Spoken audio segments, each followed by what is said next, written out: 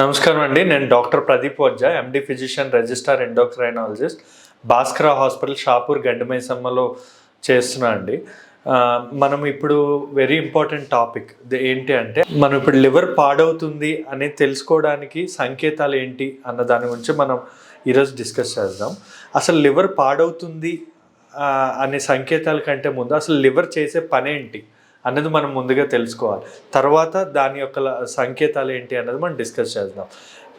ఇప్పుడు మామూలుగా మన బాడీలో రక్తం అనేది అంటే హీమోగ్లోబిన్ అనేది 120 రోజులు బతుకుతుందండి. అంటే సెల్స్, హీమోగ్లోబిన్ అనే సెల్స్ 120 డేస్ ఉంటాయి. 120 డేస్ తర్వాత అది ఆటోమేటిక్గా హీమ్ ప్లస్ గ్లోబులిన్ అని చెప్పి 2 ముక్కలుగా విడిపోయి అది బిల్రుబిన్ అంటే ఆ పచ్చ పదార్థం బిల్రుబిన్గా మారుతుందన్నమాట. ఆ వ్యర్థ పదార్థం బిల్రుబిన్ అనేది ఏంటంటే మన రక్తమే 120 డేస్ తర్వాత ఆ సెల్స్ అనేవి డెత్ అయిపోయిందే బిల్రుబిన్ అనేది ఉంటుందన్నమాట. ఈ బిల్రుబిన్ అనే ఈ పచ్చని పదార్థం ఏదైతే ఉంటుందో మన లివర్ అనేది దాన్ని ఫిల్టర్ చేసి దానిలో టాక్సిన్స్, ఆ పాయిజన్ ఏదైతే ఉందో అది మలం ద్వారా అంటే లెట్రిన్ ద్వారా, టాయిలెట్ ద్వారా ఆ ఎల్లో కలర్ పిగ్మెంట్ ఉంటుంది కదా, ఇప్పుడు మనం వెళ్ళే లెట్రిన్ ఉంటుంది, అది ఎల్లో కలర్ ఎందుకు ఉంటుందంటే ఈ టాక్సిన్స్ ఏవైతే ఉంటాయో అవి లెట్రిన్ ద్వారా, టాయిలెట్ ద్వారా బయటికి పంపిస్తుంది. అంటే లివర్ చేసే పని ఏంటి అంటే మన రక్తాన్ని శుద్ధి చేయడానికి లివర్ అనేది చాలా ఇంపార్టెంట్, వెరీ ఇంపార్టెంట్గా చేసే పని ఇది. సో ఈ ప్రాబ్లం, దీనిలో ప్రాబ్లం ఏమైనా వచ్చినప్పుడు కొన్ని లక్షణాలు అన్నవి మనకి బయట కనబడతాయి. ఫస్ట్ వెరీ ఇంపార్టెంట్ లక్షణం ఏంటి అంటే కళ్ళు పచ్చగా అవ్వడం కానీ, స్కిన్ అంటే మన చర్మం కూడా పచ్చగా అవ్వడం కానీ, లేదా టాయిలెట్ మూత్రం కూడా పచ్చగా ఉండడం కానీ కనబడుతుంది. ఈ లక్షణాలు కనబడ్డాయి అంటే ఖచ్చితంగా మన లివర్లో ప్రాబ్లం ఉంది అని మనం డాక్టర్ దగ్గరికి వెళ్ళడం, లివర్ ఫంక్షన్ టెస్ట్ చేయించుకోవడం అనేది చాలా ఇంపార్టెంట్. ఇవే కాకుండా కొన్ని సందర్భాల్లో మొటిమలు రావడం, లేదా బాడీ అంతా ర్యాషెస్ అంటే దురదల్లా రావడం, కడుపు అనేది ఉబ్బడం, లేదా కాళ్ళు పీడలేడమ కాళ్ళు అనేది ఉబ్బడం అనేది జరుగుతుంది. ఈ కాళ్ళు ఉబ్బడం, కడుపు ఉబ్బడం ఎందుకు జరుగుతుంది అంటే మన బాడీలో టాక్సిన్స్ ఎక్కువైపోవడం వల్ల. టాక్సిన్స్ అంటే చెప్పే కదండి, పాయిజనస్ పదార్థాలు ఎక్కువ, ఈ లివర్ అనేది ఫిల్టర్ చేయకపోతే ఆ పాయిజనస్ పదార్థాలు ఎక్కువ అవడం వల్ల మనకి ఇవన్నీ వాపులు వచ్చే అవకాశం ఉంటుందండి. ఇంకొకటి, ఈ టాక్సిన్స్ అనేవి ఎక్కువైనప్పుడు ఏమవుతుందంటే నాట్ ఓన్లీ లివర్, మన హార్ట్ ఎఫెక్ట్ అవ్వచ్చు, కిడ్నీ అంటే కంప్లీట్ మల్టీ ఆర్గాన్ ఫెయిల్యూర్ అంటాం అనమాట.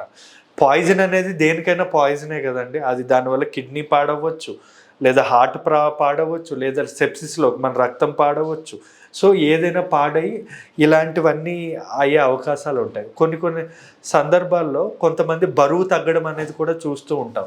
బాగా బరువు తగ్గడం లేదా రక్తం తగ్గడం, అంటే మన రక్తంలో ఎరిథ్రోపాయిటిన్ అనేది, రెడ్ బ్లడ్ సెల్స్ తగ్గి రక్తం తగ్గడం, జుట్టు అనేది ఊడడం, మలబద్ధకం అంటే కాన్స్టిపేషన్ రావడం, లేదా జాయింట్ పెయిన్స్ అంటే బోన్స్ వీక్ అవ్వడం, ఇలాంటి సిమ్టమ్స్ అన్నీ కూడా కనబడతాయి. కొంతమందిలో అయితే ఈ లివర్ ప్రాబ్లం ఉండే వాళ్ళు ఏంటంటే హార్మోనల్ ఇంబ్యాలెన్స్ అనేది ఎక్కువ అవుతుంది అనమాట. ఎందుకంటే ఈ బాడీలో ఈ వ్యర్థ పదార్థం ఎక్కువైపోవడం వల్ల రక్తం అంతా చెడి హార్మోన్స్ ఎక్కువ తక్కువ అవ్వడం అనేది జరుగుతుంది. అంటే ఏమవుతుంది, లైక్ వాళ్ళు లేడీస్లో కానీ జెంట్స్లో కానీ డిప్రెషన్ అంటే సైకలాజికల్ ప్రాబ్లమ్స్ కూడా ఈ హార్మోనల్ ఇంబ్యాలెన్స్ వల్ల వచ్చే అవకాశం ఉంటుంది. లైక్ మొటిమలు ఎలా హార్మోనల్ ఇంబ్యాలెన్స్ వల్ల వస్తాయో ఇవి కూడా వచ్చే అవకాశం.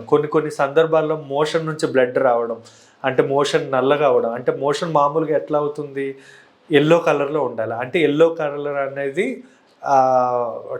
మన పాయిజనస్ మెటీరియల్ ఏదైతే ఉందో లెట్రిన్ ద్వారా వస్తుంది, కానీ ఎల్లో రాకుండా నల్లగా వస్తుంది. అంటే ఏంటి అర్థం, ఆ పాయిజన్ అనేది రాకుండా రక్తస్రావం జరుగుతుంది అని అర్థం.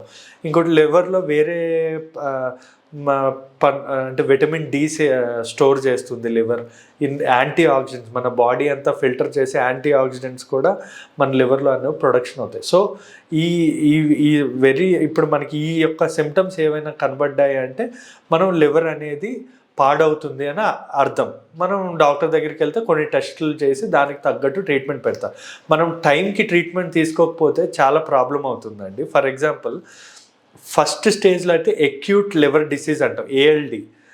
అది రివర్సిబుల్ అనమాట. అంటే మన ట్రీట్మెంట్తో లివర్ని నార్మల్ చేయొచ్చు. కానీ అక్యూట్ నుంచి మనం ట్రీట్మెంట్ ఇవ్వకపోతే క్రోనిక్ లివర్ డిసీజ్ అంటాం. ఈ అంటే ఇది ఇర్రివర్సిబుల్ అనమాట. దీనిలో మనం ట్రీట్మెంట్ ఇచ్చినా కూడా యూజ్ ఉండదు, డైరెక్ట్ లివర్ ట్రాన్స్ప్లాంట్ చేసుకోవాల్సి ఉంటుంది. అంటే మనం ఈ సిమ్టమ్స్ అనేవి అక్యూట్ లివర్ డిసీజ్లో మనకి ఈ సిమ్టమ్స్ అన్నీ తెలుస్తాయి. తెలిసినప్పుడు మనం దాని ట్రీట్మెంట్ తీసుకోవచ్చు. కొంతమంది దీన్ని నెగ్లెక్ట్ చేసుకొని క్రోనిక్ లివర్ డిసీజ్ అవుతుంది. అంటే ఫర్ ఎగ్జాంపుల్ ఫస్ట్ లివర్ అనేది ఫ్రెష్గా రెడ్ కలర్లో ఉంటుందండి.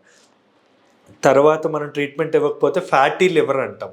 అంటే ఫ్యాటీ లివర్లో 3 స్టేజెస్ ఉంటాయి. Fatty liver first stage, second stage, third stage. అది కూడా దాటాక ఫైబ్రోసిస్ అంటాం. ఫైబ్రోసిస్ అంటే ఏంటి?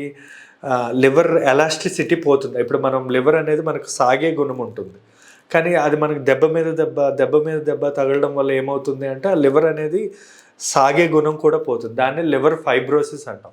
ఇక్కడ కూడా మనం ట్రీట్మెంట్ ఇవ్వకపోతే, ఇదే లాస్ట్ స్టేజ్. ఈ స్టేజ్లో మనం ట్రీట్మెంట్ ఇచ్చి డైట్ ఫాలో అయితే వేరు. ఈ స్టేజ్లో కూడా మనం ట్రీట్మెంట్ లివర్కి ఇవ్వలేదు అంటే నెక్స్ట్ సిర్రోసిస్ అంటాం. లివర్ సిర్రోసిస్ అంటాం. లివర్ సిర్రోసిస్ అంటే కంప్లీట్ లివర్ డ్యామేజ్, లివర్ మీద పొక్కులు లెక్క, అంటే లివర్ ఉబ్బిపోయి పొక్కుల్లా వస్తుంది అనమాట.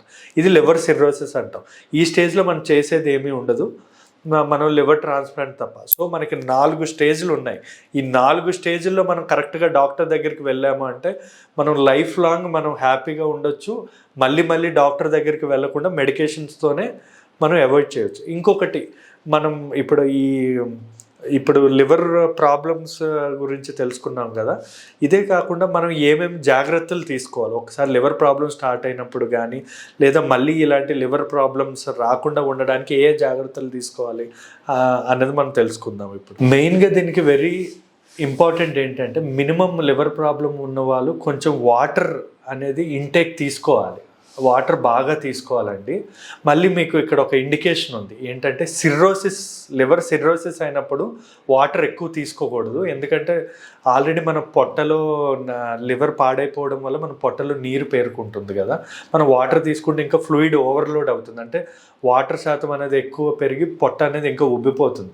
అది లివర్ సిర్రోసిస్. కానీ స్టార్టింగ్ స్టేజ్ నేను చెప్పా కదా, ఫస్ట్, సెకండ్, థర్డ్, ఫోర్త్, ఈ 4 స్టేజెస్లో కూడా మనం ఏంటంటే వాటర్ మినిమం 3 నుంచి 4 లీటర్లు ఆఫ్ వాటర్ తీసుకోవాలి. వాటర్ అంటే ఏమైనా జ్యూసెస్ కానీ, కొబ్బరి నీళ్ళు కానీ, ఇలాంటివన్నీ మనం బాగా తీసుకోవాలి. దీంతోపాటు రెస్ట్ అనేది వెరీ ఇంపార్టెంట్. మనం ఎక్కువ రెస్ట్ తీసుకోవడం వల్ల కూడా మనకి లివర్కి కొంచెం టైం దొరికి అంటే అది హీల్ అవ్వడానికి ఉపయోగపడుతుంది. ఇంకొకటి మెయిన్గా ఆల్కహాల్ అనేది అసలు ఆల్కహాల్ తాగడం అనేది, ఎందుకంటే మనం తీసుకునే ఆల్కహాల్ ఎప్పుడు కూడా ఫస్ట్ ఫిల్టర్ చేసేది లివర్. సో ఆల్కహాల్ అనేది తీసుకోకూడదు. ఇంకోటి పిండి పదార్థాలు, కొవ్వు పదార్థాలు అవాయిడ్ చేయాలి. పిండి పదార్థాలు అంటే మీకు తెలిసింది చిప్స్, జంక్ ఫుడ్స్. కొవ్వు పదార్థాలు అంటే నెయ్యి, వెన్న, లేదా ఆయిల్ ఫుడ్స్ ఉంటాయి కదా, ఆయిల్ ఫుడ్స్ కంప్లీట్గా అవాయిడ్ చేయాలి. ఫ్రూట్స్, గ్రీన్ వెజిటబుల్స్, పీచు పదార్థాలు, ఇలాంటివన్నీ తీసుకోవాల్సి ఉంటుంది. ఇంకోటి, లివర్ ప్రాబ్లం ఉన్న వాళ్ళు మెయిన్గా తినకూడదు రెడ్ మీట్. అంటే మటన్, పోర్క్, బీఫ్, ఈ 3 తిన్నారు అంటే అయిపోయింది. ఈ 3 అనేది వెరీ డేంజరస్ అండి లివర్ ప్రాబ్లం. ఫిష్ తినొచ్చు, కానీ ఇలాంటివి అయితే మాత్రం అస్సలు తినకూడదు. ఎగ్ కూడా తినొచ్చు ఇండికేషన్ బట్టి, బట్ ఇవన్నీ మాత్రం కంప్లీట్గా అవాయిడ్ చేయాలండి. Thank you.